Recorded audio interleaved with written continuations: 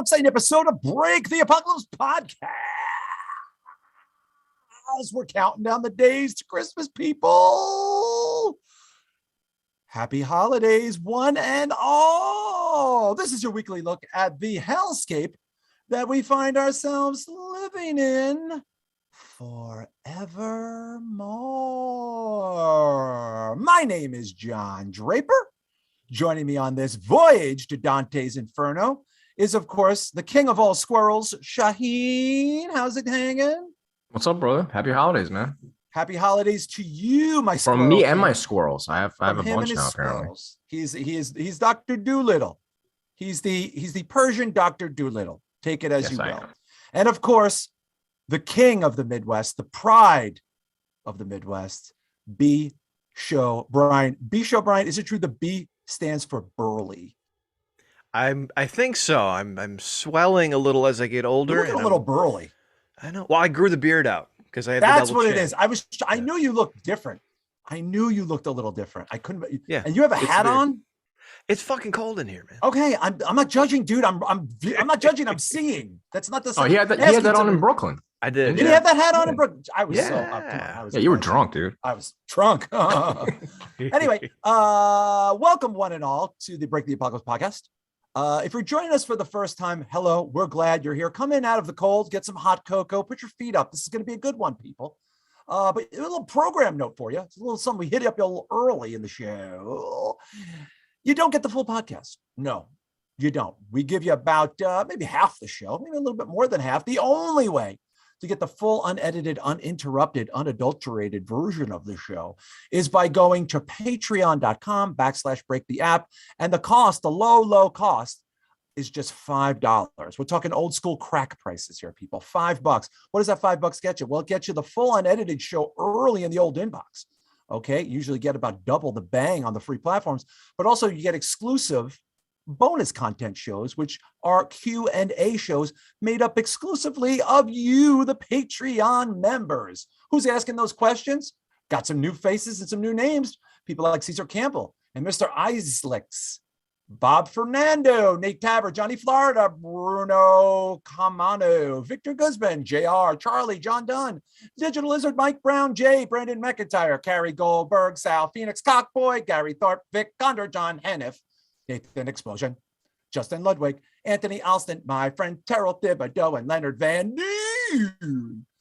Don't forget about the Cushion Pusher, MJW Games, Larry Trailer, Michael, Randy Shepard, Dirk, Jamie Pennycook, the legendary podcaster, Don Tony, he's an Iron Man of podcasting, Jarrett Maloney, Walter Villani, Darren Gatt with Cassette Classics 86, Tyler Simpson and Austin Red, Lou and Houston and Joseph Glasgow, Steve Shaw, Stephen Teasdale, Marquis Johns, Ruben, and Anthony Jeter. I'm jingling it this week, people.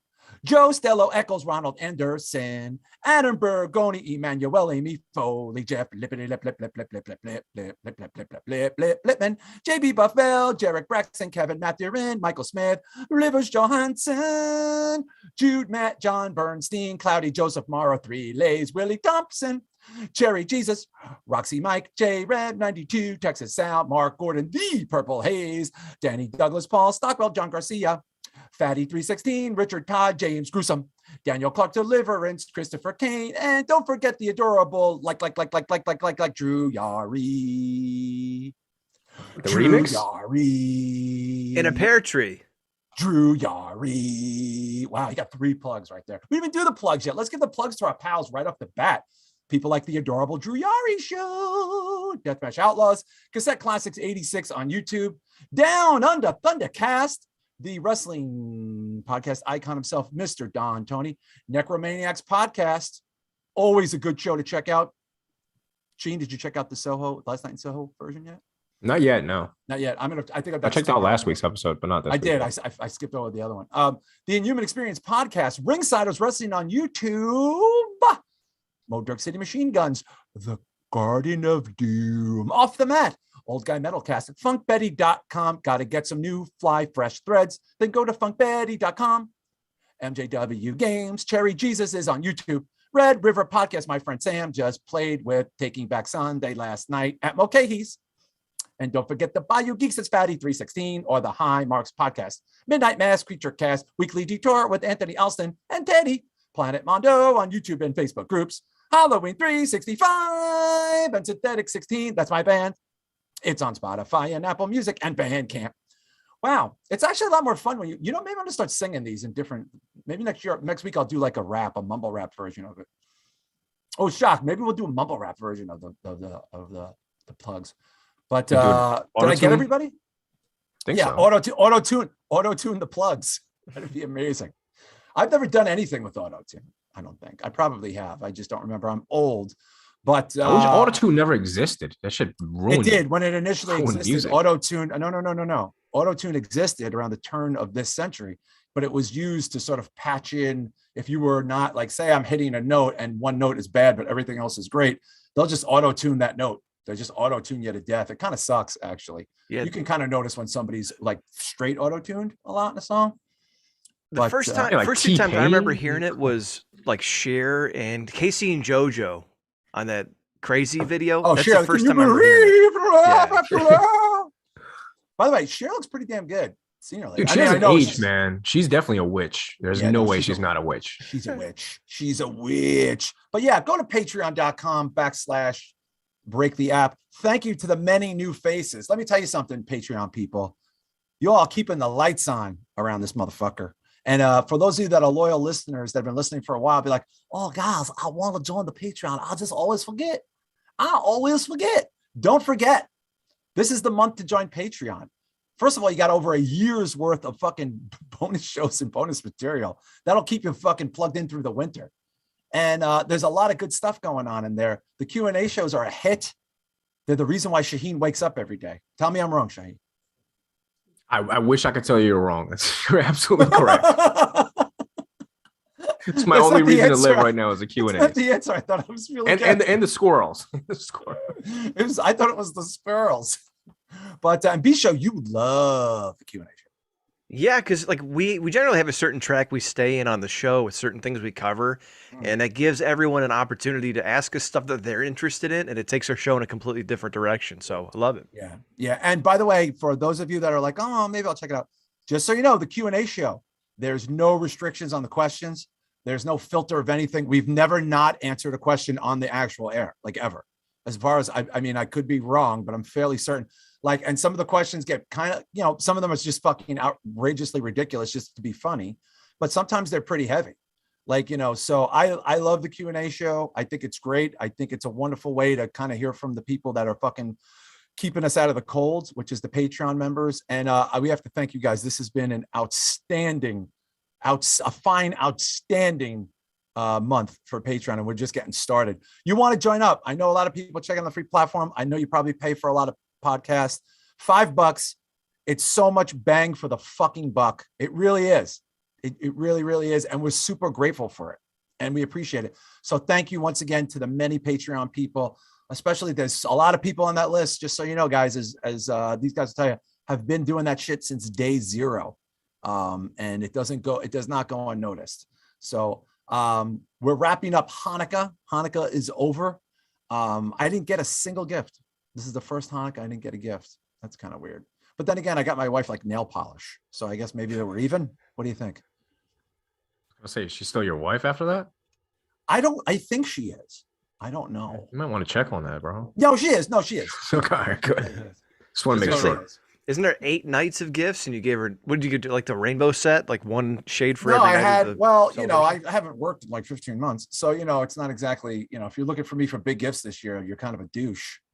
I mean, do people that don't work for the entire year buy big gifts at the end of the year for people?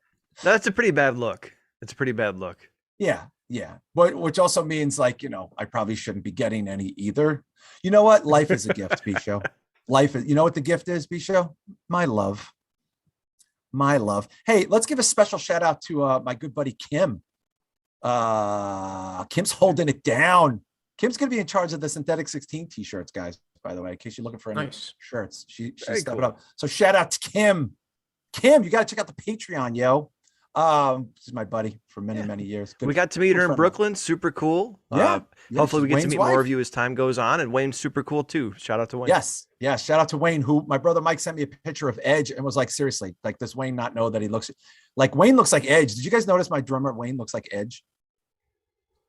Like the wrestler? Yeah. He looks just like him. No, I gotta check it out.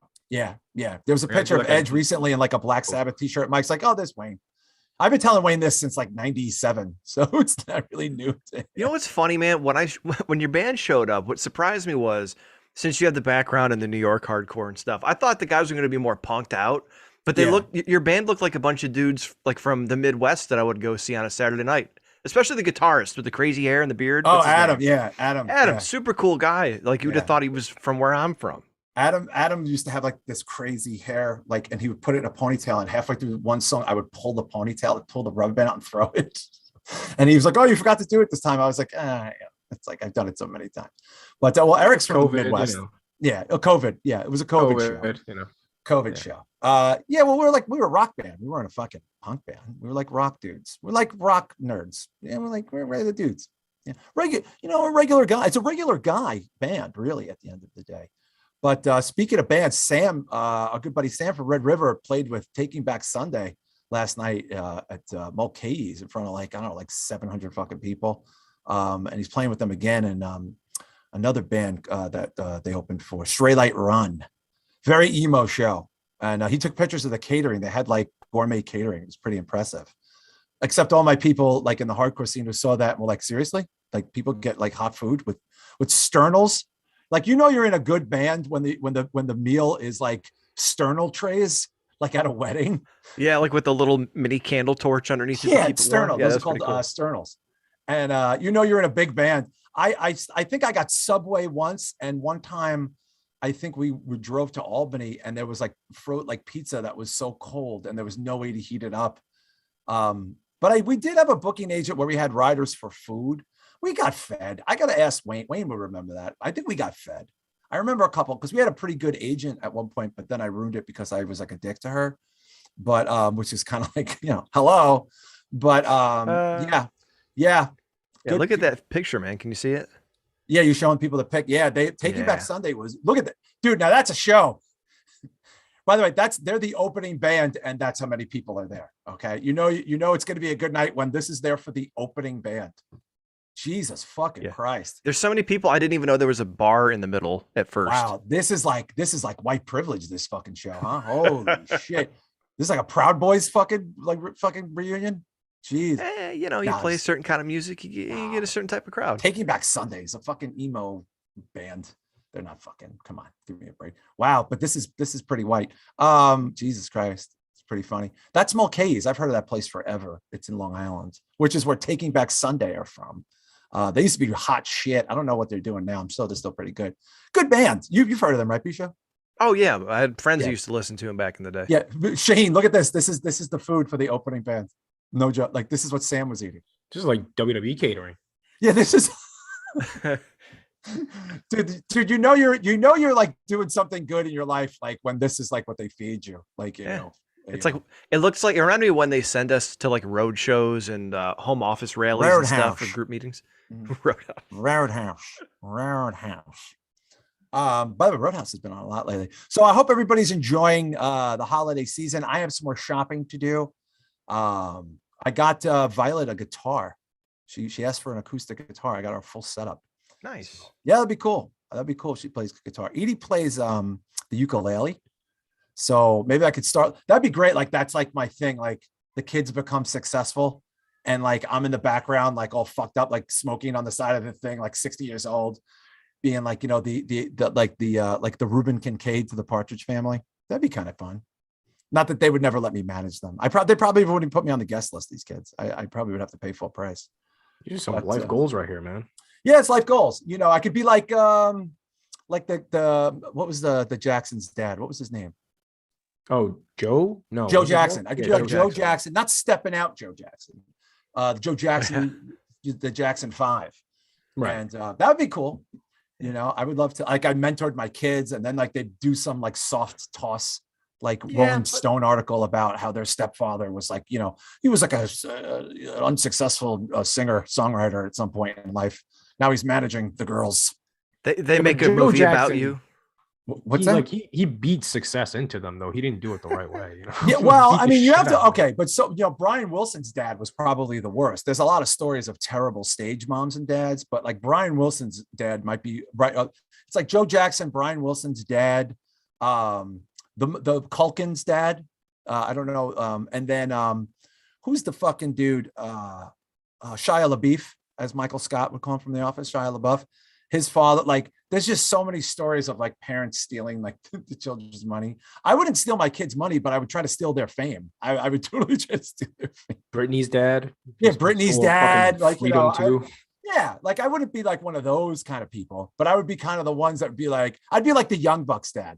That's what I'd be. I would be like the Young Bucks dad, only without the giant crucifix. The Young Bucks dad has a crucifix with a midget on it because he loves Jesus so much. Remember Mrs. Dad showing up like front row every show, just sitting there? Yeah, that dude was kind of that dude was like super Midwesty. That dude did not belong on national television. I have cousins with hair like that. I know exactly what that look is. Oh, so Jesus. So Midwest. So listen, loyal people, if you haven't got with the Patreon, put that in your stocking. Put that in your stocking. Why don't you put that in your stocking this holiday season? Put it in your stocking. $5, man. I'm down. We're ready. We're ready to take you in. You know, it's one of the better values in the podcast business. So as we're recording this, we have some breaking news. I didn't want to lead with this, but it did just happen. Shocker. This is going to shock a lot of people. Jussie Smollett was found guilty on all charges. You know who this was a shock to? Jussie Smollett. Yes. Shocked. There is a God. Shocked. He was found guilty of all 5 charges. Sentencing is, I don't know when sentencing is, but he is guilty. He held the line. You know, I got to give, you know, I'm going to throw Jussie a prop here. Juicy Jussie, whatever, Juice Jussie. I'm going to throw him a prop here. I never, you know, I would just assumed he was a shitty actor just because, you know, you've never heard of him. And he was on like kind of like a show where if you're a bad actor, no one really gives a shit. You know, I'm sure Empire was fun to watch, but I'm sure no one was practicing the Stanislavski method on the show. You know what I mean? It's like, all right, you know, Terrence Howard's not a terrible actor, but he's fine. He's okay. He's pretty decent, but I'm sure it wasn't like, you know, great acting. This dude is holding on to this to the grave. He is not only is he holding on this to the grave, but other people are holding on to this to the grave as if this is a travesty of justice. Or should we say travesty of Jussie? See what I did there? What's your guys' thoughts? Bisha, what's your thoughts on Jussie Smollett being found guilty of all 5 charges? Gotta respect him for playing it to the bone and not giving up. That's kind of respectable. A lesser man would have cracked under such pressure. The weird thing I saw was, I think, as you were mentioning, Black Lives Matter said something. I'm going to try to pull it up about how it's I got that from Tim Dillon. That's kind of just awful. I don't know how that was not a good look. I'm trying to pull it up. Not a good look. We can never believe the police, according to WSET. Yeah, you could probably, it's just a simple statement. I mean, you could just read the abridged statement. And this is actually the official statement. We're not making this up. I don't see how this was a good idea. But whatever, you know, New York Post. Yeah, well, it's everywhere now. It kind of where's the actual state? Because I don't want to misrepresent the statement of the. Okay, this is the statement from the national not a local, but the National Black Lives Matter chapter, like the national chapter, because there's like I guess a single chapter and then there's local chapters, from what I understand. As abolitionists, we approach situations of injustice with love and align ourselves with our community. Dr. Melina Abdullah, director of BLM Grassroots and co-founder of BLM Los Angeles, so it is local, said in a Tuesday statement, in an abolitionist society, this trial would not be taking place and our communities would not have to fight and suffer to prove our worth. Not really sure. I think she's conflating some things here. In our commitment to abolition, we can never believe police, especially the Chicago Police Department, over Jussie Smollett, a Black man who has been courageously present, visible, and vocal in the struggle for Black freedom. I don't know, Shah, what do you think? But probably not a great look, huh? Yeah, this is a terrible look. Yeah. By the way, I didn't know BLM has like different chapters. They're like the Freemasons now. I had no idea they have different chapters. They do. They have local, there's local organizations. It's not like there's so many misconceptions about so many organizations, seriously. And unfortunately, a lot of stuff that comes out from Black Lives Matter is more of like a localized opinion. So this is just someone in LA.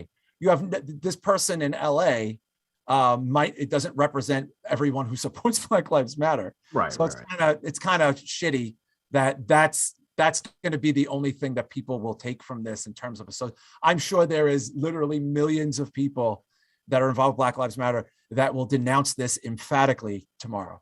I mean, maybe not publicly and climb on a pedestal because this is ultimately not the goal of the organization.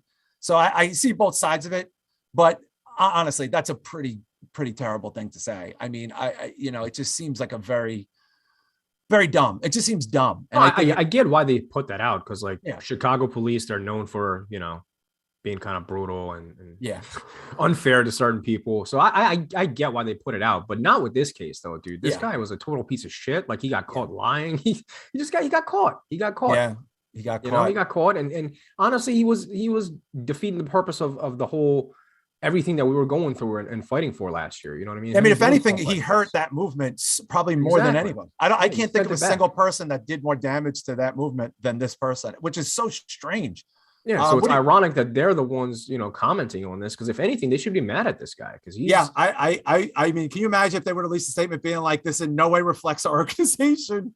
Absolutely, because he's taken away. He's taken away the attention from like real problems. You know what I mean? Like things like this actually happen. And this dickhead that happens to be a star on stars, no pun, decides to fucking get a piece of the limelight and put himself in that position. And it's pretty shitty, man. It's sad. And, it's going to, I think it's actually really going to hurt the organization. I wouldn't be surprised, if certain chapters in other places just are like, I'm not climbing aboard with this fucking shit. I mean, the guy's clearly guilty. He's guilty of something pretty terrible, pretty sad. The whole thing is just sad. I mean, you can make a zillion jokes about this because it's about what happened and everything. And these jokes kind of write themselves. Someone had a weird joke. I don't know. It was like, this is probably the first time that an American actually scammed a Nigerian or something. I don't know. I thought it was Tim Dillon, but it's there's all these kind of good jokes going around, but it was sad when I saw Tim Dillon post that. I was like, I thought it was a Tim Dillon joke. I'm just gonna be honest. I thought it was Tim Dillon doing Tim Dillon shit, and then I was like, oh wait, this is a fucking press release from a chapter, and this it's a bad look. Bisho, do you believe it's a bad look? 100%, and it's akin to, Shah, you may have said this last week when we talked about it, but like when the Me Too came out and there was all these people that jumped on and was accusing people, they make people not want to believe victims when that shit happens. And there's all these, white bread fucking assholes out there that, and I think I talked about this a couple weeks ago. This shit isn't in their purview and in their bubble, so they're less likely to want to believe that it happens. But then they see shit like this and it gives them that one little shred of like, oh, see, look, if this happens here and it's this high profile, is this happening all over the place? Whether that's right or not. I mean, it gives them some sort of credence to go, yeah, well, fuck this shit. And there's a marked difference. There seemed to be a lot more awareness about police brutality over the past 3 or 4 years, and it seemed to die off a little bit, not just with the COVID and with the George Floyd thing settling down, but with this as well. So 100% bad look, hurt the movement for sure. And honestly, dude, cases like this fuel the whole whataboutism idea. Because it's gonna get worse. Like you said, everyone's gonna use this case. Next time something happens, they're gonna be, oh, how do we know this isn't a Jussie Smollett? It's like, well, hopefully, it's not. But this guy, he's a total piece of shit, man. I hope whatever happens to him, I have no sympathy at all. Yeah, I'm curious to see what the charges are. I mean, in terms of sentencing, I mean, but you know what? I think he's 39. I think he's still a relatively young guy. We're all going to live long enough for this to pass. It's impossible to kind of not just shake your head at the whole thing, and just be like, whole thing sucks. It sucks that we live in a world where, there's already so much badness and terribleness going on that we have to make things up to fuel more seems kind of like, that's weird. It's kind of like if your house is on fire and literally just being like, oh, let's get some bottle rockets and just fucking shoot them into the fucking house. It's scary though, because, this could have went a very different way. The climate at the time was really leaning towards, this going a very different way and possibly sort of never really being investigated. Or who knows, maybe people could have been innocently charged. I mean, it seems unlikely. Yeah. Dude, when I first heard it, I was irate. I was like, oh, yeah, fuck these people, throw them in jail. It was a fucked up thing, man. Like so many fucked up things have happened between now and then. It's hard to process. What's not fucked up, dude? What's not fucked up in the world? Yeah. That's a better question. But let's see how much time he does. He'll never get I mean, maybe he'll get he'll get to go on Breakfast Club in 7 years when he gets out or whatever. But it's just like, I'm curious to see tomorrow. Like, I want to see a lot of people kind of, just be like, listen, this guy's a fucking douche. He sucks, to just take his side just because it's, otherwise I strongly feel that you could be like, this guy's a piece of shit, deserves to go to prison for this, and not walk away from it being like, I love the police and I love racism and I love hatred. Like, no, it's this guy did something shitty and it's a crime what he did. And he elicited sympathy from the globe, from the world. Like, I'm fairly certain this case was felt globally, right? What did you say, Shahin? Yeah, and honestly, dude, I'm one of those people. I mean, I was fighting with the BLM thing last year. I'll be the first to say fuck this guy. Like, doesn't mean I'm for the cops or anything. It's just, of course, that's what I'm saying. Like, it's so silly. Like wrong is wrong. There's this no thing where we can't have multiple thoughts on something is weird. I don't know, like when we can't have two ideas at the same time. You know what I mean? Like, it's like, it's like, oh, are you hungry? No, I'm not hungry. It's like, you gotta put on a jersey. What, man? You fucking hate food? Yeah. You hate food? Like, no, I'm just not hungry. No, what, you fucking hate? What, you too good to eat with me? No, motherfucker, I'm just not fucking hungry. Like, you know what I mean? It's like, can't you just process that I don't want to eat right now? It's like this thing where it's like, oh, it's really cold out. What, you fucking don't like the cold weather? The fuck? It's like, no, dude, I'm just cold. Like, it's like this thing where we can't. It's like you can't have any sort of dissenting opinion, even when it's kind of right. You know what I mean? Even when it's a right opinion. I don't know what a right opinion really is. I don't know that anybody ever has a right opinion. I think the right opinion in this would be to distance yourself from somebody who did something criminally that literally hurt progress. Like it really hurt progress. I think BLM nationally is polling favorably at like 39% now or something like that. I don't know. I'm not an investigative reporter, but I saw on a podcast, I heard like recently, like at one point it was like in the 60s, like nationally people were really in favor of it as an organization, like high 60s. And now it's like in the 30s. And you got to take a step back and be like, well, what would make so many people dramatically shift that opinion? You know what I mean? Like what would something that has to, or is it a series of things? And I think it's something like this, where it's like, you just expect people to come out and just be like, yeah, this is fucked up. This has nothing to do with the progress we're trying to make as people. And we don't want our message to get lost on a millionaire celebrity, who's paying people to fake beat him up. You know what I'm saying? I don't know. It's crazy. But you know what? He's so famous now from this. Isn't that kind of ironic? Like, I didn't know who the fuck the guy was until he made this up. Bisho, did you know who Jussie Smollett? You seem like you'd be a big Jussie Smollett fan. Oh, I know. What gives it away? Is it the flannel or is it the Irish looking hat? I think it's the flannel. Okay. I had no idea who the guy was. Obviously, I know who the other guy is. He was in Iron Man. Terrence Howard. I'm DJ, man. Hustle and Flow. Yeah, was he nominated for an Academy Award? I think so, yeah. Yeah, pretty sure. But I knew who he was. I had no idea who Jussie Smollett was. And I found out that Jussie Smollett was in the original Mighty Ducks. Is he really? Brother. Oh, that's sad. Really? Yeah. Not making that reunion. Do you think he could, he probably could have done like Comic-Cons off of that. Maybe he'll do Comic-Con. Dude, wouldn't it be great if he starts doing Comic-Cons? Oh my God. Him and Rittenhouse should tag team and do like a... Jussie Smollett should do Comic-Cons and sign bottles of bleach and Subway sandwiches. Why hasn't anybody thought of this? Shahin, don't you think that's awesome if he's like at a con and he's like signing Subway sandwiches? Yeah, man. I told you George Zimmerman was fucking doing the Skittles thing. That was like the most disgusting thing I've ever seen. I'm telling you, when that Kyle dude, when he gets out, he's gonna be signing shit at Comic Cons and stuff. Not Comic Cons, maybe or like the. I don't think Comic Cons. I'm gonna be honest. CPAC, maybe. I don't. He's not going to Comic Cons, dude. Trust me. Just trust me. Maybe the gun conventions. You know? Yeah, he'll do guns. He'll do guns and ammo, like shit, right. Or the like national NRA meeting, Call of Duty tournaments or some shit. The Comic Con's not putting that dude up. You're crazy. Yeah, I didn't mean. You are bugging. You are bugging. Nah. Put him next to New Day and shit.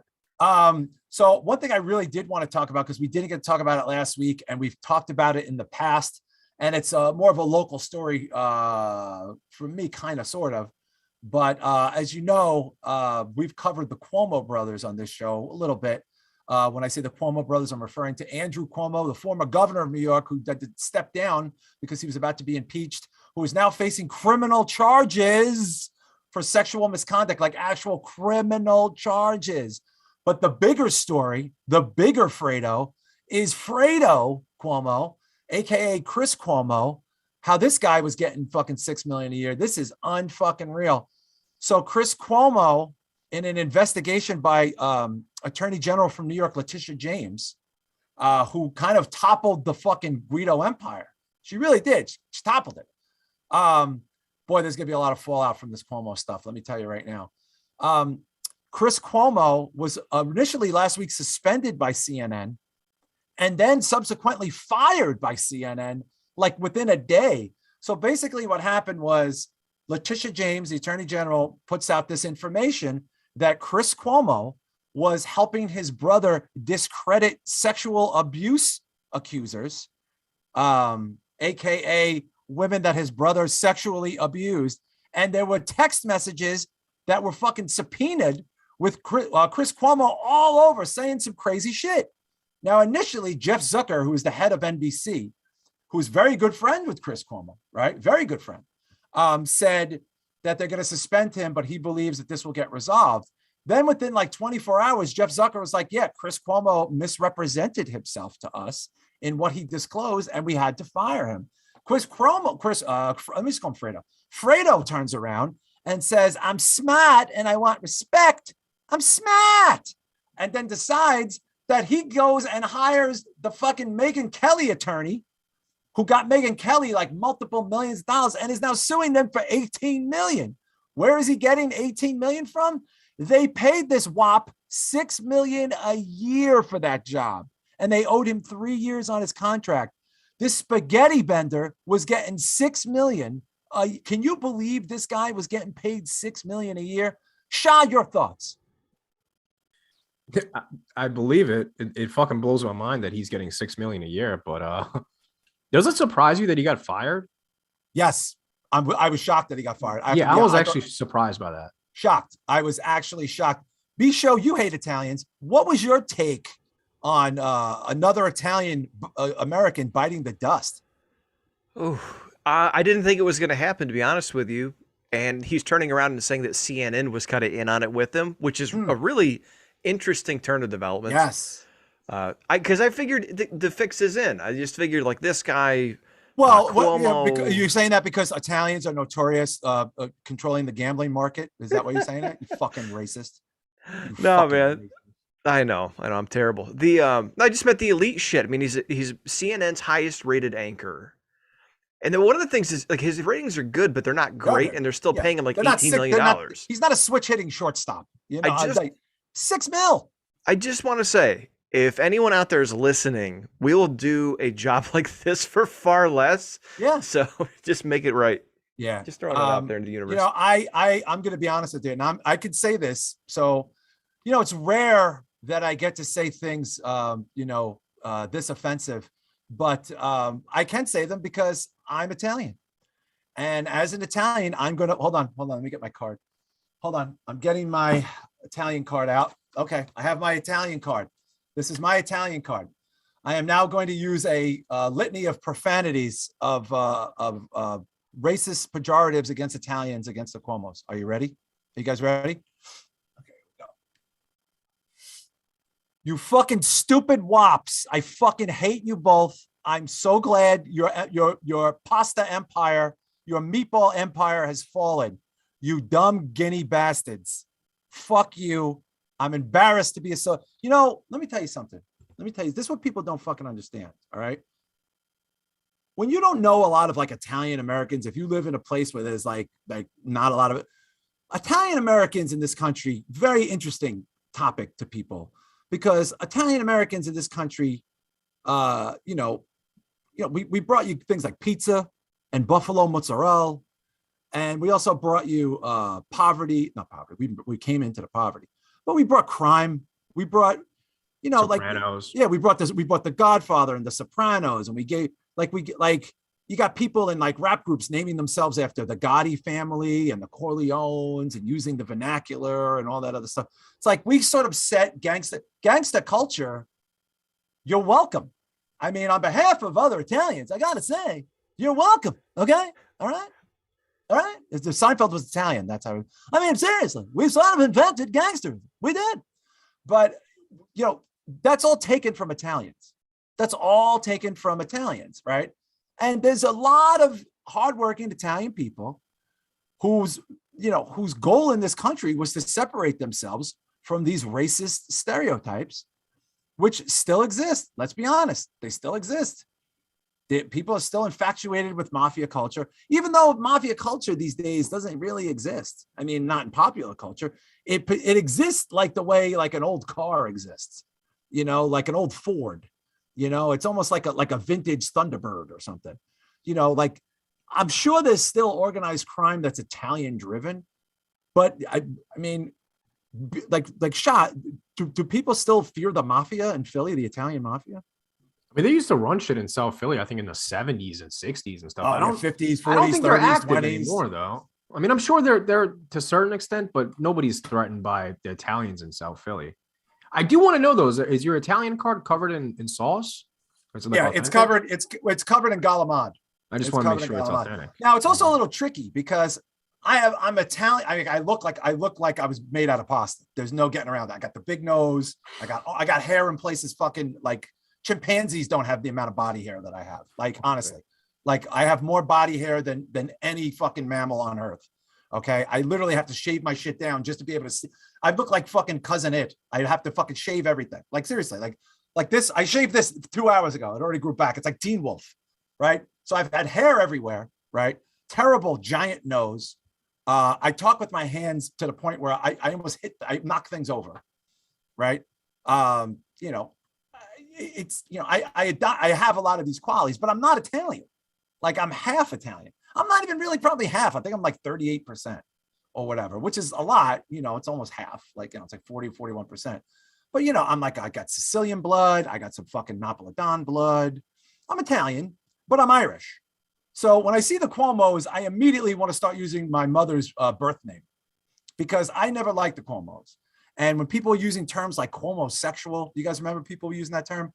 All these fucking wine moms wanted to bang Andrew Cuomo like a year and a half ago. All soccer moms, yeah. Oh, all the soccer, and not just Northeast. I'm talking about like across the country. Like, people were rubbing one out to fucking Andrew Cuomo, talking like he's ordering a fucking pizza. By the way, guys, third generation, just like me, from New York City, just like me, almost the same age as me, only he talks like fucking, Mario and Luigi in the fucking cartoon. So, and he's third generation. And by the way, I don't think they're all Italian either. I don't know that I know their father was Italian. They could be fucking half Irish too, for all the fuck I know. I'm not doing a deep dive on this, but I'm so embarrassed by like these guys, because they became like kind of like Andrew Cuomo a year and a half ago was polling that he could possibly replace Joe Biden as the presidential nominee. Do you guys remember this? Yeah, for sure. Yeah. They wanted to jet set him in. He got a book deal. They gave him an Emmy and everything. He was talking like, the coronavirus is dangerous. We got to shut it all down. Go the fuck home. And then his brother was interviewing him like, oh, I got the bigger salami. No, I got the bigger salami. Like, and it was just so embarrassing. I'm saying, and like, meanwhile, people like my wife and like were just like lapping it up. Like, these are the only two Italian people they've ever met or something. Meanwhile, I'm sitting here all whopped out.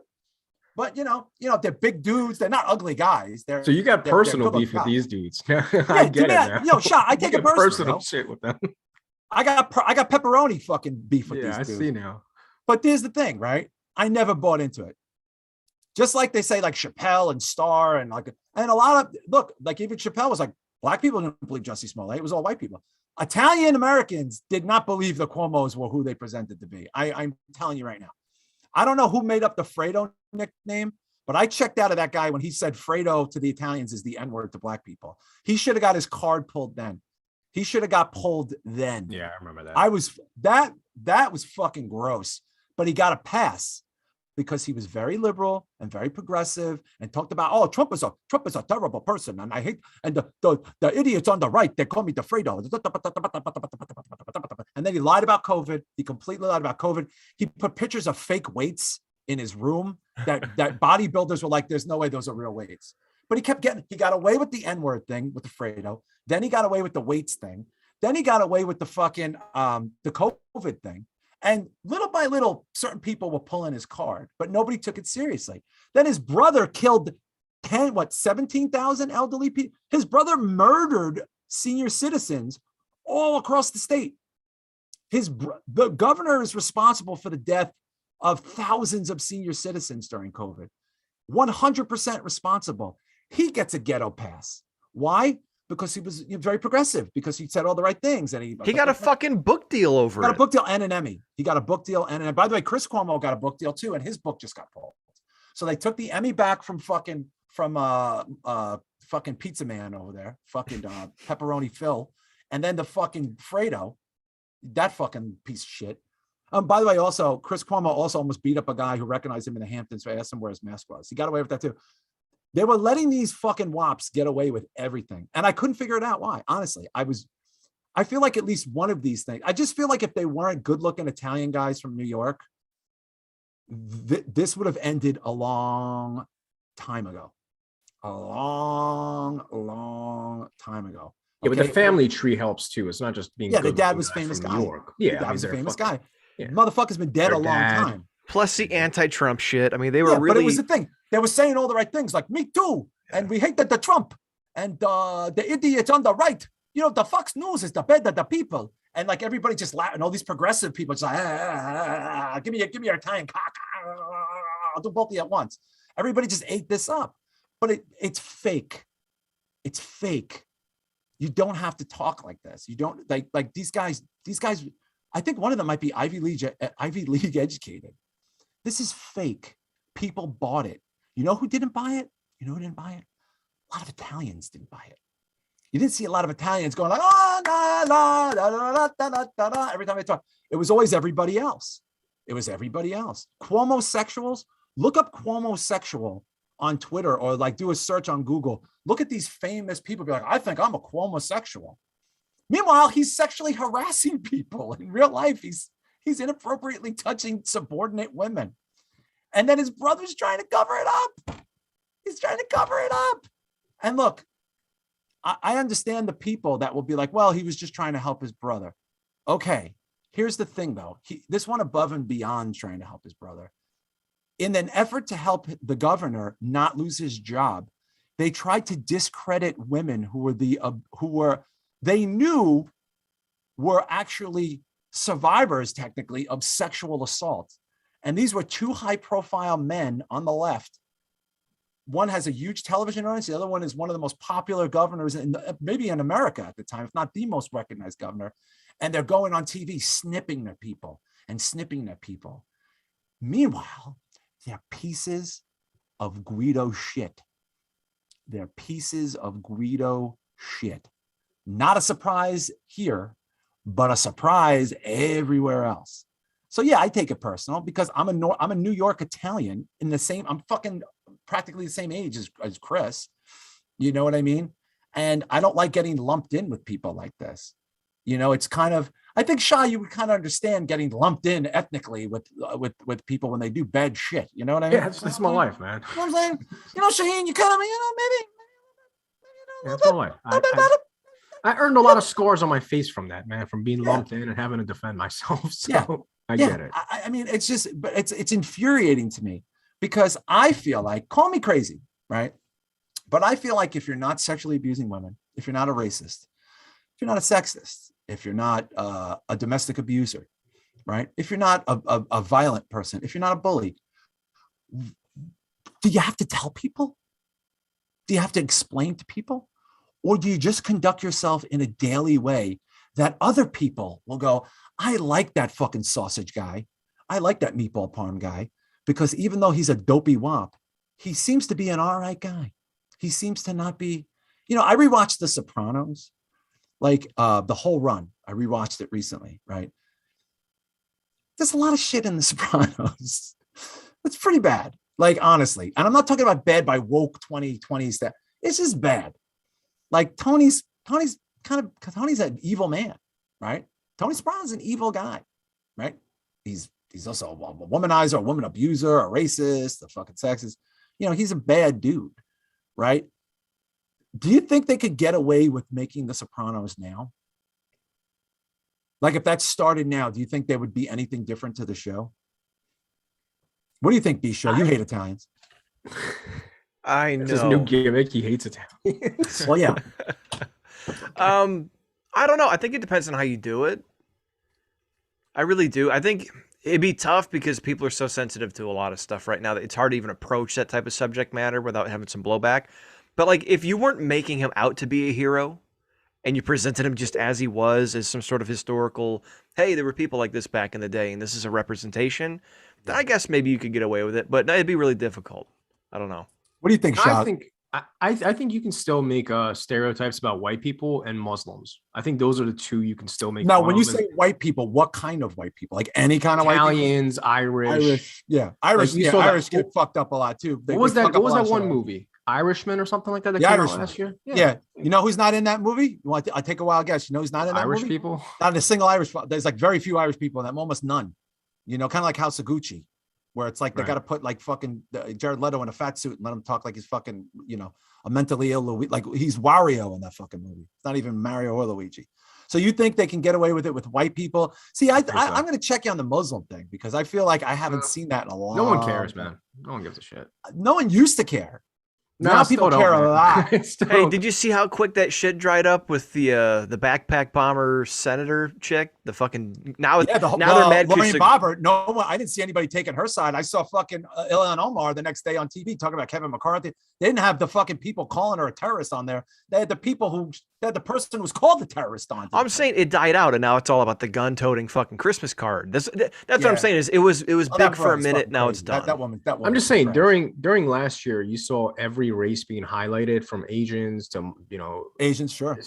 By the way, very broad term. Asians, a very broad term. It's a broad term. Well, mostly Asians here. They're talking about Korean, Chinese, Japanese. I mean, I'm Asian technically, but you're Asian. Yeah, that's what I'm saying.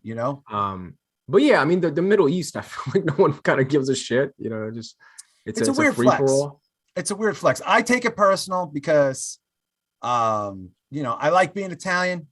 Until like I start seeing the Cuomos, and then I check out, and then I'm just like, I'm good. I'm or the Jersey Shore. I mean, look at some of the stuff my people have had to endure. Shahin, Jersey Shore. Here, perfect example, reunion. Right?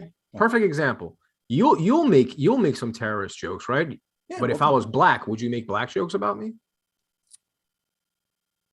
Probably not. Probably not. You see what I mean? Interesting. It's the difference. It seems people like feel comfortable with the Muslim thing because it's socially accepted by everyone. You know what I mean? So everyone can kind of get away with saying anything, but you can't do the same thing with Puerto Rican. Or is it just that it's funnier? Maybe it's I'm just generally speaking. So let me ask you something. If the Cuomo brothers' last names was Gilligan and they were two German Irish guys, do you think that would play into it? I mean, is it as funny? Don't you think it's funnier is that they're Italian? You seem to be missing a point.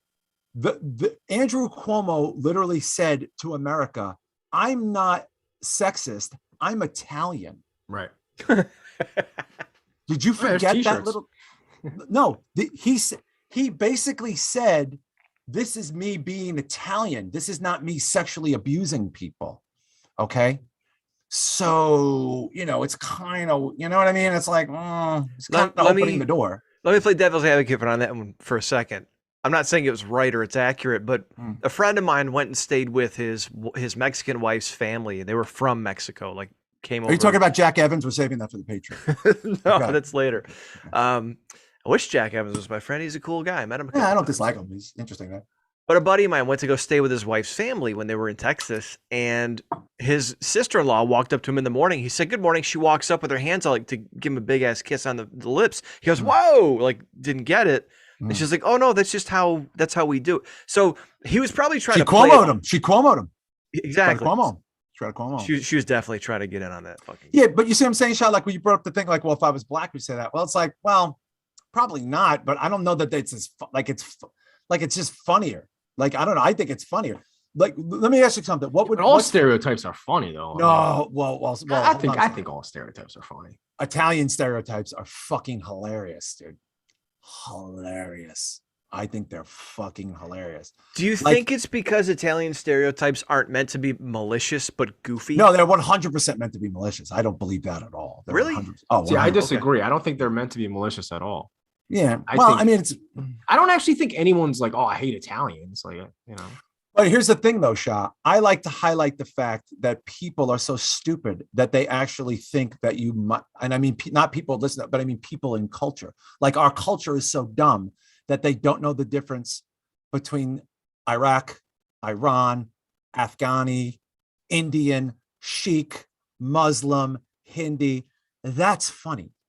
That's funny that we're so stupid that someone would actually think, oh, like maybe this guy had something to do with 9/11. You're like, I'm Iraqi. What the fuck are you talking about? Like, it's just dumb. It's dumb. Like, it's highlighting that people that don't know the difference between Iraq and Iran and Afghanistan, or the middle, or people who are Arab or Middle Eastern or Indian or Hindi or Shia, don't know the difference. You know, there's a majority of people in this country don't know there's different types of Muslims. Yeah, absolutely. It's hilarious. Yeah, most people. But that's what we're highlighting, the stupidity of it. Like, dude, a lot of people like, and this isn't just about Middle Easterns. This happens to like Hispanic people. This happens to Asian oh my God, people. happens to Asian. Yeah, happens to Asian people. I can't tell you how many Puerto Ricans I've known where people are like, oh, like, what are you, Cuban or something? Like, no, I'm Puerto Rican. Oh, like same thing. Well, it's like it's not the same thing though. It's really not. Yeah, I mean, Venezuela. I mean, but this is what I'm saying. That illustrates the stupidity of the fact that geography is not a strong suit in America. Right, but you can't. But it's not. But that's what I'm trying to say is that's what makes that funnier is that it shows how stupid we are. You know, just making a random black joke is low-bearing fruit because blackness is incorporating how many different types of ethnicities, if you really think about it, quite a few. But nobody breaks that down, right? Like there's people from Haitian, there's people who are Haitian that people would just assume are Jamaican. There's people that are Jamaican that maybe actually might be from the Dominican Republic. You know what I'm saying? It's like Ghana. You can break this down. Ghana, you know, and forget about the different provinces. How big is Africa as a country? So it's just like, you know, that's not, it's to me, it's also in this century. What has this century really been predicated on in our lifetime? People mischaracterizing one group above any other group. And what is that group? Muslims. And this is going back to 9/11. And this is actually even prior to 9/11. So it's just like, to me, it illustrates the stupidity of us as a society more when I say that you are responsible for 9/11. Now, by the way, are you responsible for 9/11? Well, that's see what I'm saying? See what I did there?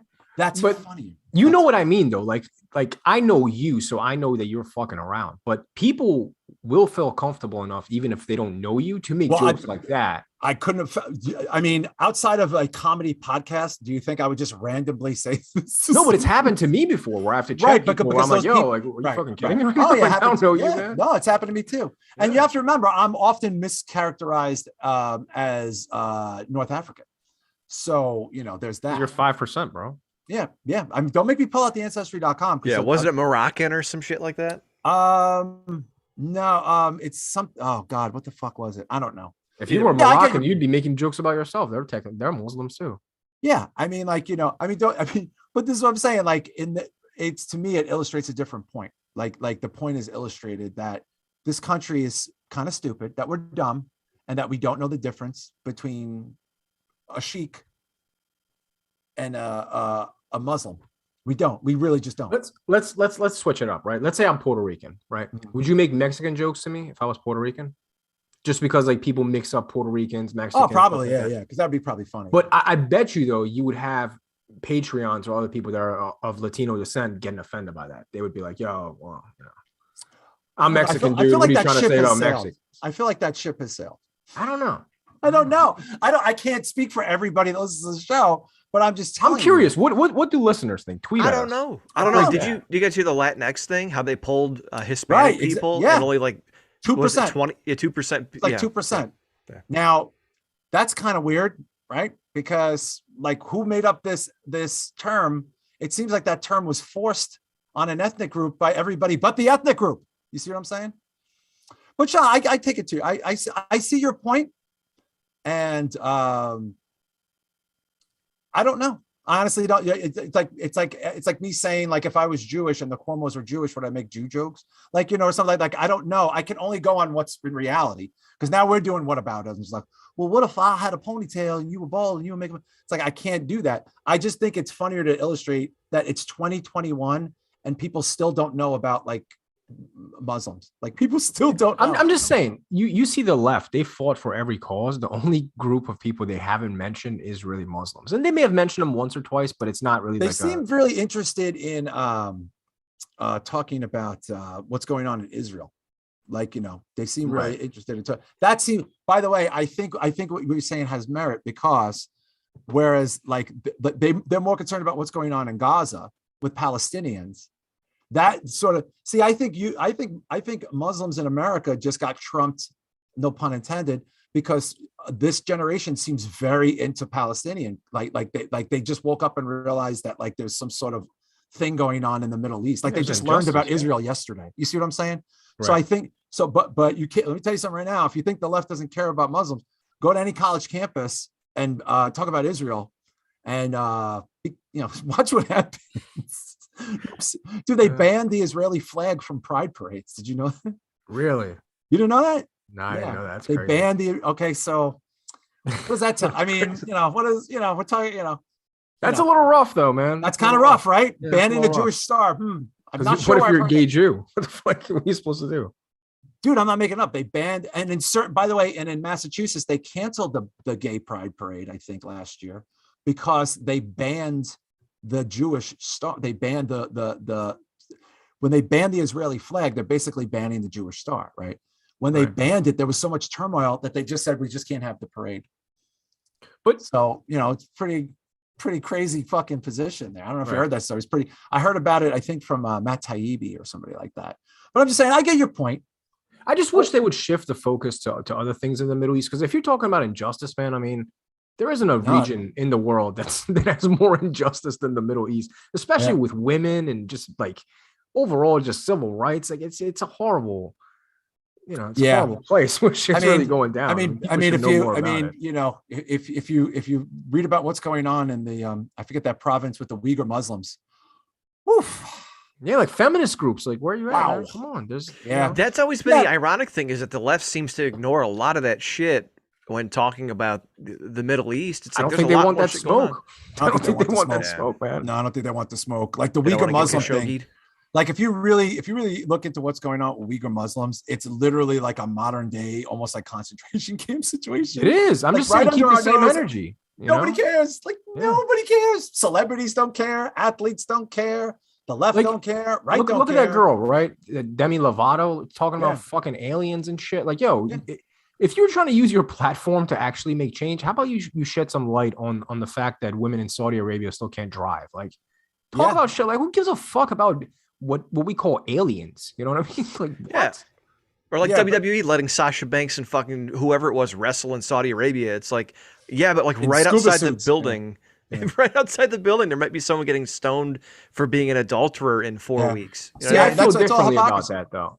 I think it's a good thing that they let them wrestle there because it's like, granted, they still have to get dressed up and stuff, but that's still part of the progress. Like the fact that they can even go out there and wrestle without the guard on. That's a big move. I mean, it sounds silly to us, but for there, it's a big deal. And I don't want people there to be deprived of enjoying things that they otherwise wouldn't be allowed to enjoy. Plus, it's little by little. This is how it starts. You know what I mean? This is how everything starts. This is how expose their hair. Like that's again. Dude, it sounds crazy 100 years ago, women used to have to wear fucking like bathing suits down to their fucking down to their feet on the beach. You see what I'm saying? So everything has to start somewhere. But if you really dress like the Klan over there, man. Yeah. If you really do a deep dive into this Uyghur Muslim situation, man, wow. It is brutal. We're talking sterilizations and fucking, camps, detainment. They're sterilizing women. I mean, this is it's amazing that this is happening today. Right now. Yeah, right now. Well, this particular story is about China. Xinjiang province. I think it's the Xinjiang province. Yeah. And it's interesting because there's a lot of people who are reluctant to speak out about China, but thankfully the World Tennis Association told China to shove it up their ass over that missing tennis player. Yeah, the tennis player. Yeah, kudos to them. Who showed up and started speaking propaganda like for the country, almost as if she was fucking brainwashed. It's fucking scary. It is Tuesday, December 7th. I am here with my friends. I love the CCCP. It's scary.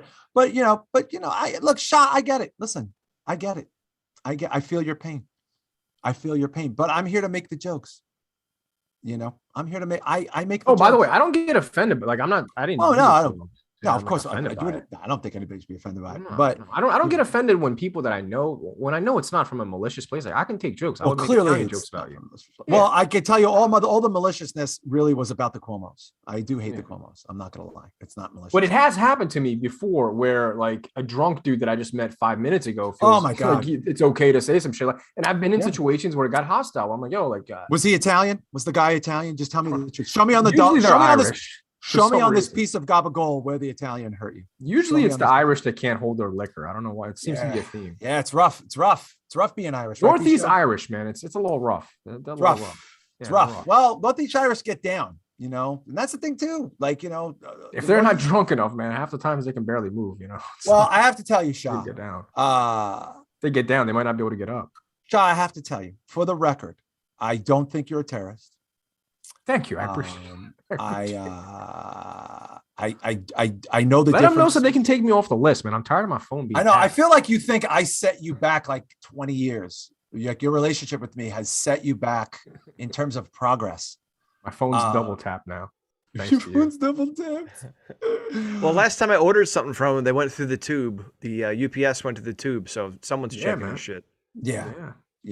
Dude, I'm not even joking. Like that's like I'm 100% being watched and tapped. Like that's not even. Like, I wish I wish people would make fun of my ethnicity. I would. I don't care because I think if it's funny, it's funny. Like you know what I mean. Like it's like how could you not bring ethnicity into the Cuomos when their defense is literally their ethnicity? Like think about that for a second. Yeah, they asked for that though. They literally opened the door. They opened the door. They literally conflated sexual abuse with being Italian. Oh, Madonna mi, Bastorde. But arrivederci, Fredo. Arrivederci. Don't let the door hit you on your fucking ragu ass. Can't stand these fucking people. I really can't. And by the way, Shah, I hate anybody that climbs on a mountain and just shoots people down all day without ever looking at their own shit. You see what I'm saying? Without ever looking at their own shit. Ever. So you hate snipers, is what you were saying? No, I'm saying I don't trust people who get on the internet or get on a box all day and talk about how bad other people are. Right. I don't trust anyone who so like 90% of the internet and Twitter. Yes, Shah. Yes. Gotcha. Yes. Gotcha. All the social media influencers that are alive and active. Pretty much. I would say every actor. I don't know if you've seen what Seth Rogen's been doing lately, but Jesus fucking Christ. Holy God. I mean, you want to talk about a guy who's completely checked out. My man's checked the fuck out. I mean, he's just completely checked out. B-Show, you sent me this thing about the LAPD detective saying LA County is the Purge. Oh, that's yeah. real? Oh, that was from Shahin. I'll let him. Yeah, I just sent another one. I just sent a more updated one. Check that one out, dude. Yeah, it says, we can't guarantee your safety. Head of LAPD Police Officers Union warns tourists away. So here, let me share the screen because you got to see. Literally, don't come to LA. It's a fucking, it's a purge. It's a little distracting, but look how pretty this girl is. My Dude, you know what she looks like, Shaw? Doesn't she look like the girl who plays the Blackula character? What the fuck's her name? Ember Moon? A little bit, yeah. I mean, she's not. Ember Moon's not as good looking. She reminded me like a Stacey Dash. I was gonna say Stacey Dash. Yeah, her. Were they looking for a 10 for this piece? Yeah, her eyes are. It's Jesus Hollywood. Christ! It's Hollywood, dude. Jesus, fucking hit him with a rock, just tossing it around. She's like a homeless actress. Did you think you were just gonna show this to me, and this was just gonna be that? Oh no, I've had this paused for like 40 minutes. Holy God! Hey, girl! Wow. This is sad, man. Yeah, LA. Everywhere is getting rough, dude. I mean, I'm sure we'll get into Philly like weekly, but you know, shit's been crazy everywhere, dude. Are you playing this? B? You know we have no audio, right? No, I wasn't playing it for the audio. Okay, I didn't know if you wanted the audio. This guy looks like a busted Stone Cold Steve Austin. Is he? Yeah, LA County's in bad shape. Oh, so what is this guy's name? Stone Cold Mike Austin? Steve Austin. Stone Cold Cody Jamie Austin? McBride. My message to anyone thinking about coming to Los Angeles, especially during the holiday season, is don't. Jamie McBride, head of the LA Police Protective League, union representing LAPD officers. Holy shit. Wow. What, is he a civilian? Can we look this guy up? Is he just a civilian talking He's shit the head now? of the union. I love how he just said, are you okay? I don't know enough about this, but are police union members police officers or civilians? I don't know. I knew one from Toledo. Jamie McBride. Dude, you know what's bad when they're saying no thanks to the tourist money, you know? Wait a minute. It says American film actor. What the fuck is this? Well, this is what I wanted to try to tell you that, B-Show. This guy, look, it says siblings, Steve Austin. What is that? This guy's an actor. Yeah. What the fuck? I'm not making up. Look, remember I made the Steve Austin joke? Click this guy. This guy is a real actor. I didn't know this. Though? Where am I looking? Go on his IMDb because it's the same dude. Go on his IMDb. It's the same guy, dude. Yeah. Okay. So is he the union head then for the police patrolman? What the fuck is this? Probably. Yeah. Yeah. And he's an actor and Stone Cold Steve Austin's brother? I don't know that he's his actual brother, but because he's from California and Stone Cold Steve Austin's from Texas, maybe people just make that connection. Look at all the movies this guy's in. By the way, a lot of these are low budget movies and shit. So it did say Steve Austin's brother though. Steve Austin, no. Maybe someone hacked his Wikipedia. Go back. Yeah, I think somebody hacked his Wikipedia. Go back on the main page. It said it. Dude, it's not Steve Austin's brother. It's his half brother. Who fuck knows, man? Dude, he's Danny McBride's cousin, though. Yeah, where'd it go? Jamie McBride has been in 3 Michael Bay movies. Is Stone Cold Steve Austin's half brother? Shit. Wow, he does look like him. I told you. Does this mean Danny McBride might be related to Stone Cold? Yo, what the fuck are we doing right now? Wow. What's happening? I feel like I'm in a different dimension right now. Dude, what happened? Blowing my mind. My God. His cousin's Danny McBride. And his half went from the Purge to his half brother is Stone Cold Steve Austin, and he looks like a wannabe Steve Austin. He looks like if a Boston Italian actor. Amazing. All right, for people that want context, there was a guy who gave a thing who said, "Don't come to LA County. It's like the Purge," and I thought he looked like a special needs Steve Austin.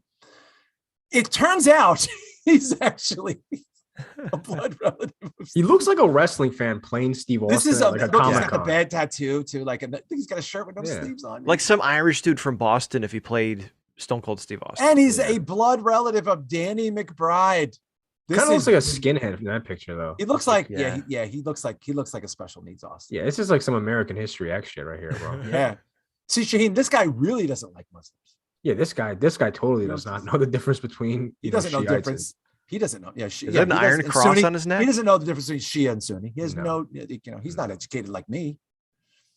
Wow. Yeah, he's got an iron cross on his neck, but he's playing a character, dude. So this guy he's a civilian actor, B-Show, speaking for the police. Look at all those shamrocks. Oh, says his daughter. Oh my God, he's got the skulls. He's got the skulls. I'm cringing so hard at these tattoos. Okay, Irish. I told you, it looks like if a Boston Irish dude played Stone Cold in a movie. Right. This is like. Yeah. Oh, this is so bad. Stone Cold Phil Austin, whatever the fuck his name is. Mick Austin, Steve McAustin. Oh my God. See, B-Show's Irish, so he can say that. He called him a Mick. But no, I said Mick Austin. I know, but I know. I'm just saying. I gotta keep the jokes coming. This is what he used to look like. Is this by the way, him? that's what he used to. Yeah, that's him. That's what he used to look like. Then his half brother became a famous wrestler. So click on the next picture. So and the Austin part kicked in, and that's what he does. And he looks like the head of every outlaw wrestling show from like 1999 to 2006. Dude, you know who he looks like? Gilbert. Dude, he's definitely Blue Lives Matter all the way. Dude, that's his other job. What are you talking about? No, that is true. Yeah, I didn't think that's literally his job. That's literally his cop. job. His job.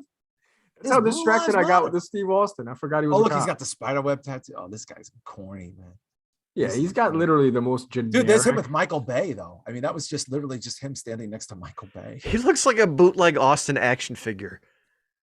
Was he a cop? Or was he like one of these guys who like plays cop so much on TV that they gave him a cop job? I think that's the case, and it says his daughter is a cop. So maybe by the way, look at him in the homeless camp, like all these homeless people in LA. LA's a shithole. No offense, people, but LA is a shithole, dude. LA's a shithole. It is a fucking shithole. So yeah, this dude who is a B-level actor who has famous relatives and he likes to dressed like one of them, but he's been in some big movies. I can't front on the dude. He basically is telling people, did you read that? Who found that? Whatever you guys, can one of you guys read what he actually said? Because I feel like I didn't hear the whole thing. Oh yeah, here. Shahin, it says, my message, according to Los Angeles CBS affiliate, my message to anyone thinking about coming to Los Angeles, especially during the holiday season, is don't. That was the statement. But didn't he say more things? We can't guarantee your safety. It is really, really out of control. I said it to people before. It's like that movie Purge, you know. Instead of 24 hours to commit your crime, these people have 365 days to commit whatever they want. And what is his actual title other than being in bad movies? He has an actual, he speaks for a police union. He's a spokesperson for a police union? He's the head of the LA Police Protective League, the union representing LAPD officers. Wow. So like if dude, you have that's a big union. I got how many, dude, that's probably a union with thousands of fucking dues paying members. Sure. Shah, what do you think? I mean, technically, Stone Cold Phil Austin's not wrong, but it's just kind of a douchey thing to say, don't you think? I mean, I'm surprised he's telling people not to come because I figured they need that tourist money. But I'm also kind of saddened by the fact that everywhere seems to be just completely just covered in violence. You know, I mean, like Philly is, dude, it's a fucking war zone. Like every outlet, like NBC, ABC, whatever on my Facebook, it's just every 15 minutes. Oh, new shooting, 2 killed. You know, it's just constant. Look at New York. Bronx is like fucking crazy right now. Manhattan. Dude, the Bronx is like triple the number of everywhere else. The Bronx, Brooklyn's not doing too good either. Well, shit, you gotta look at the Bronx though, man. The gang violence in the Bronx is fucking wild. You know? Really? New Jersey's getting bad. Everywhere's getting real bad. You know, it's just. Bisho, is your town all right, Bisho? Is your town? It's slowly turning, man. I mean, obviously there's always some violence and it's not as bad as you guys, but there was just a school bus shooting. Jesus. Or a bus stop shooting, I thought, drive by. Oh, I forgot to tell you guys this. This is kind of important. Yesterday, my wife texted me and said, active shooter in my hospital below floor. Right? My wife's hospital. I'm not going to say the name of the hospital. But I panicked and I started texting her. I was like, what? Are you serious? And she was like, yeah, we're in lockdown, active shooter. This is in a hospital. It's the middle of the day in a very busy hospital upstate New York. Now, I should tell you, within minutes, it was resolved and it was not an active shooter. Okay, what it was a mentally ill person that was in the ER, pulled out a giant knife and stuck it to his neck and started threatening to kill himself. And somehow the telephone game happened and this was translated into active shooter. But yeah, I mean, but I'm just saying, like, you know, I get it. My area is besieged with crime. There was a report, I don't know if we have access to it, but I saw it last week, that ever since 2020, ever since Abolish the Police, something like crime in low income and minority neighborhoods is up nationally 80%. So 85% increase. There's something ridiculous. I believe that. Yeah. Here we go. During the pandemic, like, kind of sad. I mean, you know, it's crazy. I don't know if you guys thought this. I don't think we talked about it, but when the cities were on fire last year, right? Where all major cities were on fire and there were riots during the summer into the fall or whatever. And everybody was saying abolish the police and, whatever, blah, blah, blah. I did, in the back of my mind, I did think, boy, wouldn't that make bad neighborhoods worse, right? Because it's already hard enough to be in so many neighborhoods in this country for low income people who just want to work and be left the fuck alone, right? But this is the largest national increase. This is the Times, by the way. This isn't some like right wing rag or something. It's not that the Times is that great, but its biggest one in 2020. Okay, the United States experienced its biggest one-year increase on record in homicides, according to new figures, with some cities hitting record highs. Right now, here's the deal, though. These areas that had the record, this is what people don't seem to understand. The high crime, it's not that really nice, affluent neighborhood now is bad. Oh, no. Contraire, mon frere. The bad got worse.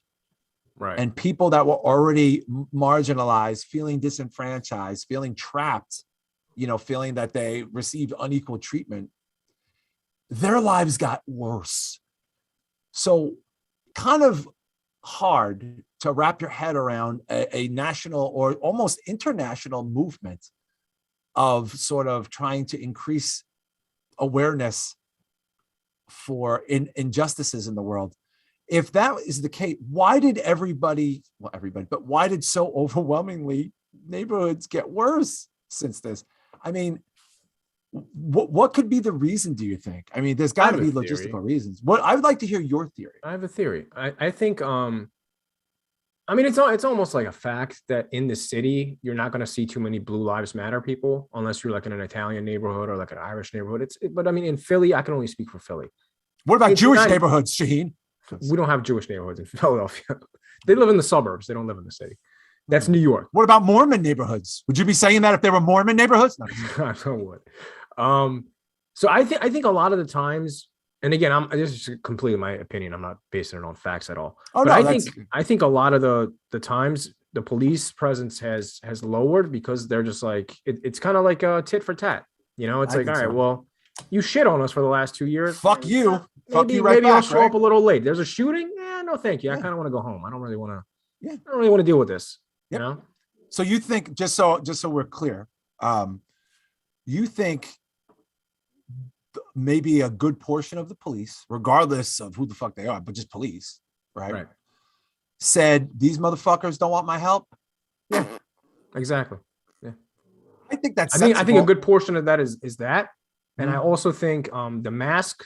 That increased a lot of crime because now you can cover your face and just get away with doing anything. I mean, look at all these shootings that we show every week by week, by the gas station. Everybody's covered in masks. You can't tell who the fuck is who. It doesn't. Yeah. I mean, so it doesn't surprise me. A lot of people, relapsed on drugs during COVID. It's crazy because during the show, mental illness was in full effect. Yeah, man. During the show, my buddy actually, he just literally just hit me up now.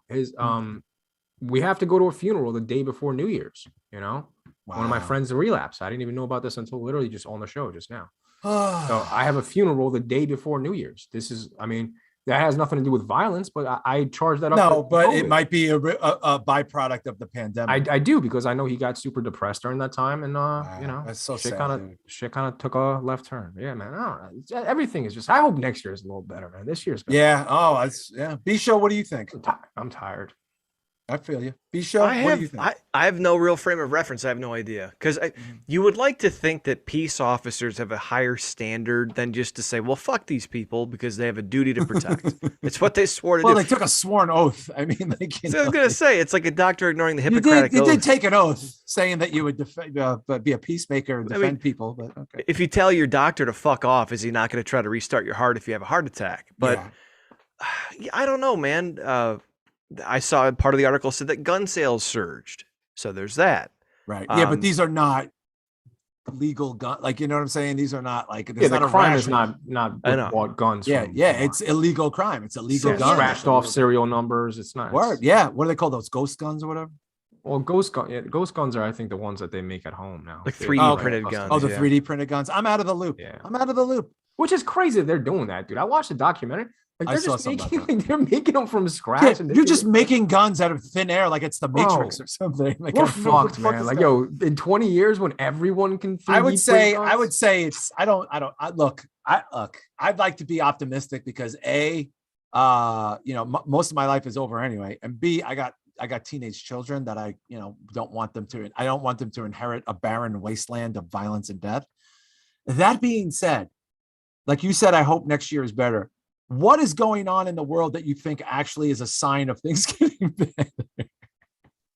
I don't know, bro. It's great for the show. It's great for the show. So yeah, the show keeps rolling with the apocalypse. I don't know, bro. Honestly, at this point, I've kind of like given up on trying to like save the world. I'm just trying to save myself at this point, bro. I'm just out for myself. But don't you think by saving yourself, you're kind of saving the world too? I guess, because if your life is good and you're happy, aren't you? That's putting that out into the. You see what I'm saying? I'm gonna finish my education next year. That's what I'm saying. Yeah, like you're gonna have, but your progress, is good for the world. You see what I'm saying? Like, just better yourself, people, and we'll all better the world. We can't fix this shit overnight, man. This shit's like. I mean, I kind of feel like I want to hold you responsible now to make the world better in 2022. Please, I kind of feel like it's going to be your fault. No, you know what? Fuck you. It's your fault. COVID was his fault. COVID was his fault. Now it's your responsibility. Guess what? If you don't make the world better in 2022, we're all going to die. How about that? Okay, I'll flip it, you motherfucking cocksucker. If anything goes bad next year, it's because you're not doing good. How about that? You know it's going to go bad too. That's it. That's you already know. That's it, motherfucker. That's it. Cocksucker. Yeah, I hope everybody tiptoes into 2022 and just kind of chills out. Yeah, I mean, because we're so close to me leaking that nude with the Patreon. I promised a nude. I'm leaking a nude. When we get to 100 Patreons, I'm putting a nude on my Twitter. I don't care if I get long-ass ball sack. No, I'm serious. I'm putting a nude. I'm not kidding. I'm not kidding. I said I was going to do it. I have no choice. I have to fucking do it. Now, again, it's not like a nude. You're not going to see the meat. You're not going to see the Frank and the beans, but it's a nude nonetheless. I said I would post a nude shot. I didn't say I was going to post. I'm not going to open my asshole up and put a stapler in it. You see what I'm saying?